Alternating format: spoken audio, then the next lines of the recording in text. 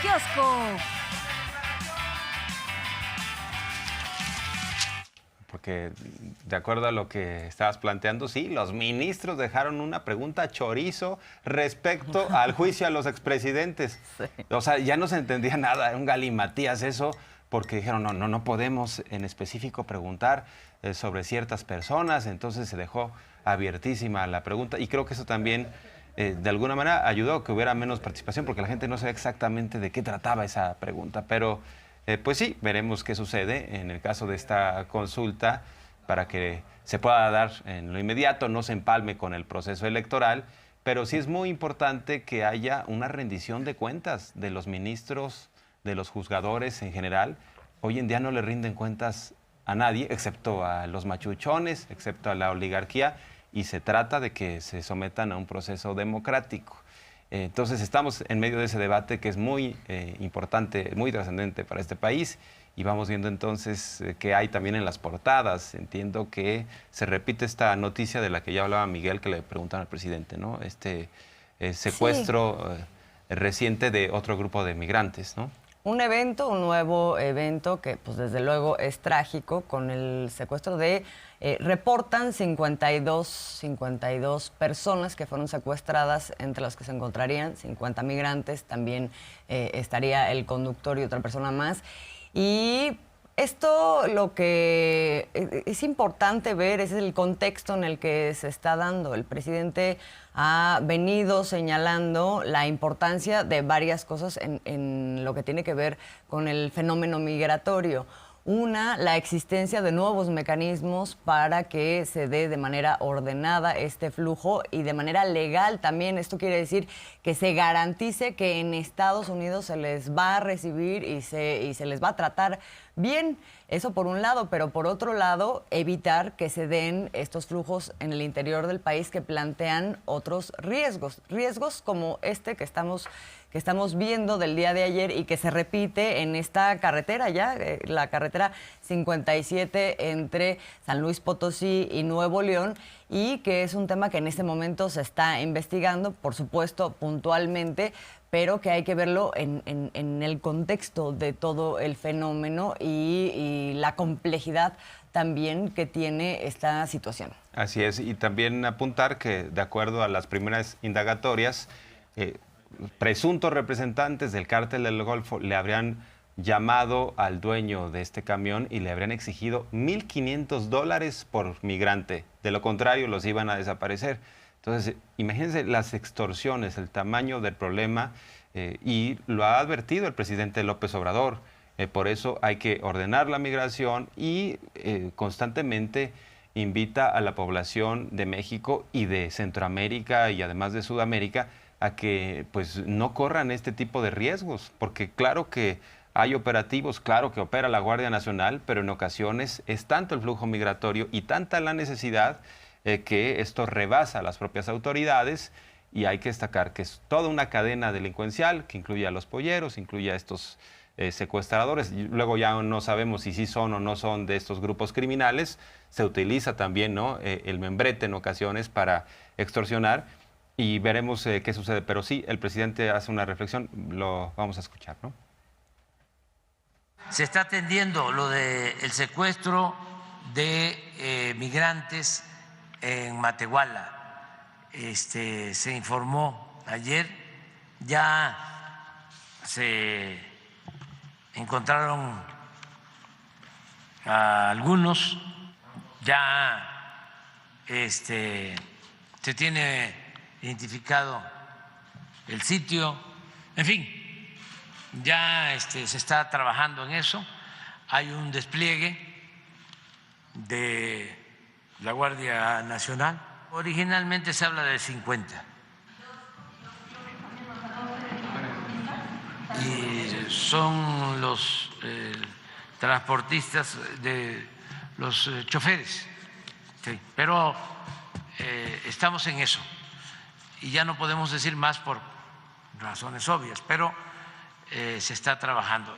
Es esto, ¿no?, que lamentablemente se presenta, de que hay bandas que secuestran. El llamamiento a los hermanos migrantes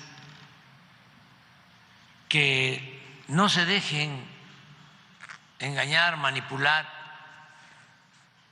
por los traficantes, por los coyotes, por los polleros. Corren muchos riesgos.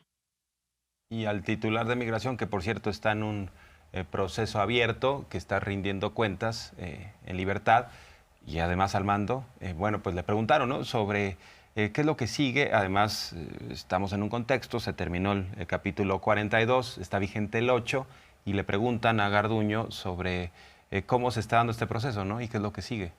¿Cómo se está dando este proceso? Y hay varias cosas que destacar. Por un lado, la situación que van a enfrentar aquellos que serán deportados de varias nacionalidades desde Estados Unidos, en donde, o más bien regresados a México, pero cuyas naciones de origen pues no están en la voluntad política de aceptarlos de regreso o de generar las condiciones para que regresen. Entonces muchos de estos quedarán en México y entonces se tienen que generar las condiciones para que se queden aquí. Eso por un lado, y por otro lado, parte de lo que habla es también a partir de la supervisión a la que le dio difusión ayer del nuevo centro temporal que va a sustituir al que se incendió, al que fue incendiado.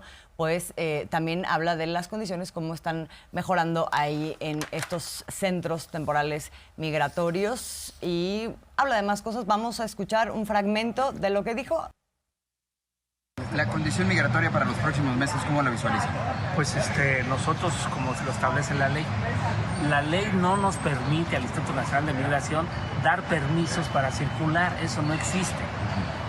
Entonces, lo que nosotros podemos dar es permisos de refugio o de instancia, porque la Comar así nos lo solicita, pero no nosotros.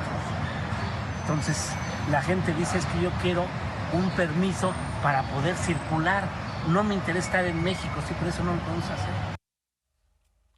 Esta acotación, aclaración que hace el titular es importante, porque ha habido demandas por parte de organizaciones que apoyan las caravanas migrantes y de los propios migrantes, en el sentido de que necesitan permisos para circular en el país. Esto lo aclara Francisco Garduño, en el sentido de nosotros no damos esos permisos, lo que se da es el permiso para refugio, y en esa medida es que pues México tendría pues el reto de que esas condiciones asociadas al refugio de personas migrantes pues estuvieran en condiciones óptimas, digamos, para que se garantizaran en el país los derechos humanos de estas personas. El gran problema y otro reto pues tiene que ver con que muchas de ellas pues efectivamente no se quieren quedar aquí. Siguen necesitando y queriendo la circulación hacia una frontera en donde no les va a ser permitida la entrada, y no solamente no les va a ser permitida, sino que en el camino enfrentan riesgos y a la llegada enfrentan otros tantos, y si cruzan Estados Unidos otros tantos, porque ahorita la situación en varios estados de Estados Unidos pues está tremenda con respecto a la bienvenida que se le está dando a los migrantes o el trato que se le está dando también a los que ya están allá. Nada más portada de Milenio es para ponerse de cabeza. Florida y 23 estados más cierran filas para sellar frontera tejana, y está pues esta iniciativa esta ley en Florida para poner unas restricciones y unas condiciones tremendas a los migrantes en Estados Unidos. Así es, los republicanos utilizan como carne de cañón electoral a los migrantes, y ahí tenemos